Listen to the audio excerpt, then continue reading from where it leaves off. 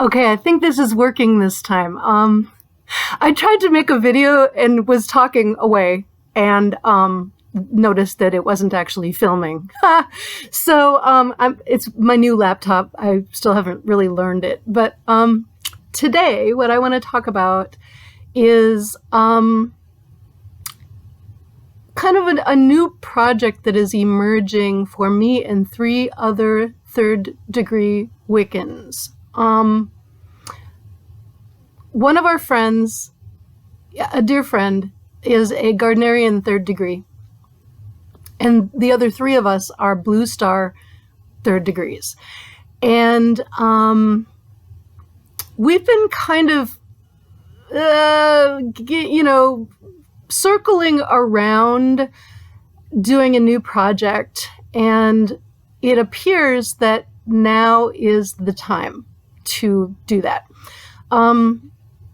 So the 4 of us are creating what is kind of shaping up like a new tradition, actually, which is cool. It's very much in the planning stage. At this point, we've had a few meetings, and we've talked about how the goddess Hecate has really kind of stepped up in all of our lives, and we have been doing each independently some very hardcore personal shadow work, kind of like what one would do in 2nd degree, but once you've taken all the degrees, you can circle back around through them. And so we don't even have a name for this yet, but we're excited about it because we've got some really cool imagery that is going to go into all of the liturgies for the different elevations in this new tradition. It's based on all of our training, and we're also adding in some new things because each of us has now been a 3rd degree for a hot minute. So we all know, what makes a tradition, what goes into a tradition. And although like I said, we don't have a name for it yet, but it's got some really interesting imagery. So we are being guided by the Lady Hecate to use a lot of symbols that are sacred to her. Lanterns will figure heavily in our imagery. And also doorways and keys. What we're looking at is really examining liminal space as a place of power and using the imagery of doorways and the unlocking of mysteries and experiences. And it's really shaping up. Like, I'm so excited about it. None of us wants to, leave behind the trad that trained us. We are very grateful to our trads and the people who trained us. But when 3rd degree high priests and high priestesses work personally with the deeper shadow work, it just kind of follows to reason that we will birth something new, something that is going to be really meaningful for us, and also something that is designed to have a specific mission statement. When Gardner was doing his thing in the 20th century, he had a generalized mission to spread 3rd degree Wicca, which is the original form of Wicca. And when Blue Star, my tradition, was started, it was basically, it was it was an attempt to really seed around the country and around the world the Blue Star tradition. And Blue Star is really beautiful. It's very aesthetically pleasing. It is it engages all the senses. It's beautiful, romantic, and also really hardcore work. Like, if you do it the way it's designed, you're going to grow as a person. I just realized that it looks like I don't have clothes on. Yeah, I'm wearing a dress. Yeah, I'm just doing this naked, sky clad and all. Anyway, but so yeah, so we're very, very excited to create something that will address all of the good stuff that comes from our traditions, but also to create something mindfully that maybe addresses some problem areas that we've noticed in our traditions.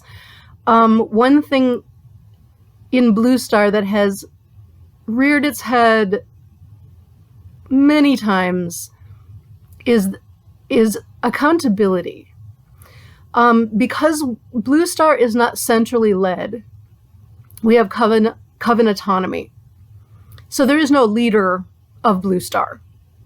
We have a nonprofit foundation for our members, but we don't have, until very recently, if you were a third degree, you didn't necessarily have to be accountable if you didn't want to be, which that rubs me the wrong way. I don't want to be in a situation where I can do whatever the hell I want to anybody and there are no repercussions other than people maybe voting with their feet and leaving me. So one of the things that our new trad is going to have is we're going to have something built in that provides structure for accountability at all levels, not just accountability to your teacher, but like if a third degree or anybody, but particularly a third degree who has stewardship of the tradition, if they behave abusively or neglectfully, there will be a structure in place to deal with that. That's very, very important to me. Also, although this is not happening at the present time, I don't believe, in my trad, there have been situations where people have muddied the boundaries by, say, taking a student as a lover, which to me, no, we are not doing that. That never ends well. I'm gonna tread carefully here, but I am going to say that I've seen, when I have, and it's rare, but when I have seen a person in my tradition who I look at that person's behavior and I go, who the hell gave you your degrees? Like, why you don't have the ethics, the boundaries, the comportment that I would expect from a high priest or high priestess. There aren't a lot of them, but there are a few of them.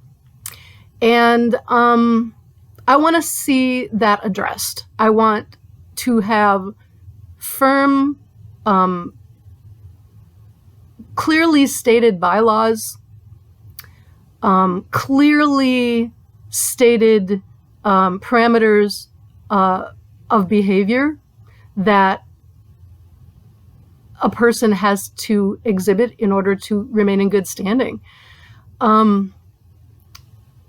Because when you're doing the hard transformational work that this new project is seeking to create space for, you've got to really be able to trust the people you're working with.